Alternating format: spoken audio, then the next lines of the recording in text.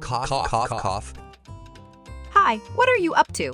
I'm feeling a bit under the weather, so I'm taking antibiotics. That's tough, but most colds are caused by viruses. I wonder if antibiotics are effective against viruses. I'm not sure about that.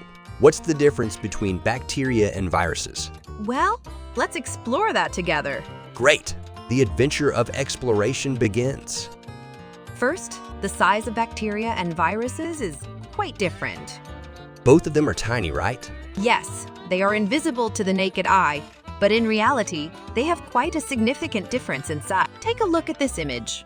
Is this a human hair? Yes, the thickness of a strand of hair is about 0.1 millimeters. Wow! Shall we zoom in more? Oh, something is appearing. Those are human cells. The size of cells ranges from 0.1 to 0.2 millimeters. How about bacteria? Here, these are bacteria. They are generally about 0.1 to 0.1 millimeters in size. So what about the virus? Look, here it is. Is that the virus? Yes, it is. Viruses are even smaller than bacteria, with a size ranging from 0.1 to 0.1 micrometers. They're even smaller than bacteria. That's right. The difference in size between bacteria and viruses is a major point. Next, let's talk about the difference in their methods of reproduction. Methods of reproduction. It's how living organisms pass on their offspring. For example, we give birth to children, and animals lay eggs. You know? I see. Bacteria and viruses replicate by creating copies of themselves. Really? Yes, but the methods of replication are completely different for bacteria and viruses. How are they different? Well, in order to replicate, they need a blueprint like DNA and tools to build it. I see.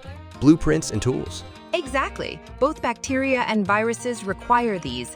Do you want to learn more about the methods of bacterial growth? What you see here is a model of bacteria.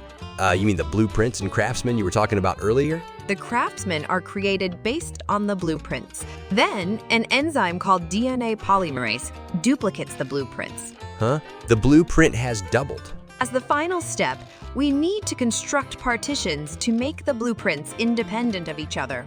The bacteria have multiplied into two. So each bacterium has one blueprint and artisan, and they have the same structure as the original bacterium? Exactly. And now each one will start acting as an independent bacterium. I can really feel the doubling effect. This process is the method of bacterial growth. Now, let's explain the mechanism of viral replication. We mentioned before that viruses are much smaller than bacteria.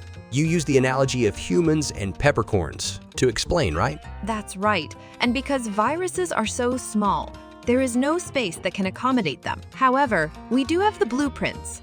Why are they so small, though?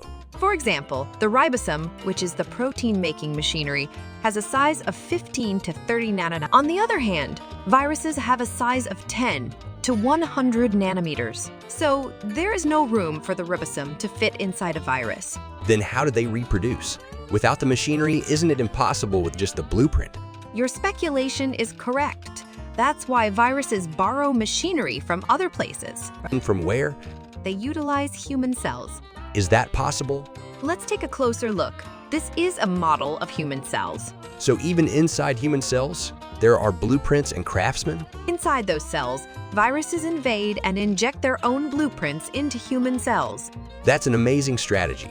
And the craftsman of human cells begins replicating the blueprint of the virus without any suspicion. Be careful. That's the enemy. As the replication increases, the virus destroys human cells, and the damaged cells often lose their function.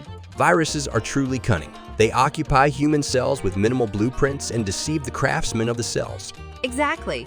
Now, let's understand the difference between bacteria and viruses and explore the differences in treatment methods. Why are antibiotics effective against bacteria but not viruses? Antibiotics are drugs that target bacteria, but they don't directly attack bacteria. Then how do they work? They work by inhibiting the functions of bacteria's machinery, preventing their growth. So they indirectly attack by stopping the machinery's functions. Exactly. Antibiotics like penicillin interfere with the construction of bacterial cell walls, causing the cells to break down and die. I understand. One antibiotic can be effective against many bacteria because the process of constructing bacterial cell walls is common among them. Antibiotics are truly remarkable. However, viruses do not have cell walls, so they are not affected by antibiotics. That's why antibiotics are ineffective against viruses. Viruses are really troublesome, aren't they? That's why when it comes to treating viruses, we often focus on developing antiviral drugs, specifically targeting certain viruses and supporting the immune system. Indeed, the world of microorganisms is fascinating. It's a field that constantly undergoes research and evolution, so there are always new discoveries and challenges. In order for us to maintain our health, we constantly need new knowledge and technology, don't we? That's right.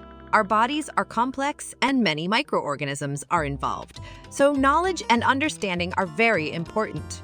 When I thought about the reasons in order, I was able to understand. Thanks for learning with me. I'm glad to hear that.